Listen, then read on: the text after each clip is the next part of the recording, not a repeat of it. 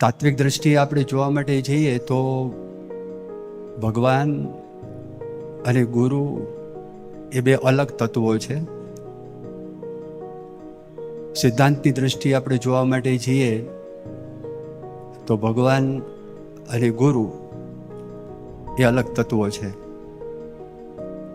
પણ ગુરુની અંદર સંપૂર્ણપણે ભગવાનનો વાસ છે.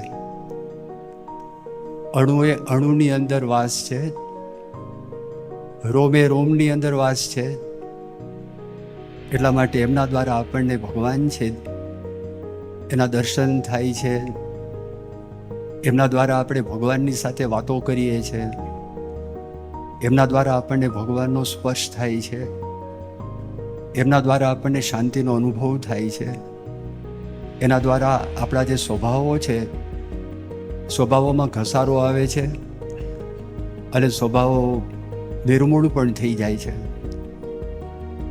ભગવાનની જેવી શક્તિ છે કે આપણને સાચી શાંતિ આપી શકે.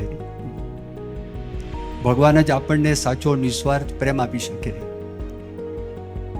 અને ભગવાન જ આપણા કારણ શરીરનો નાશ કરી શકે. આ દુનિયામાં ગમે તેવા મોટા બુદ્ધિશાળી માણસ હોય અને ગમે તેવા શક્તિશાળી હોય અને ગમે તેવા સાધન સંપન્ન હોય, પણ પોતાના જે સ્વભાવો છે તો એ સ્વભાવોનો નાશ કરી શકતા નથી.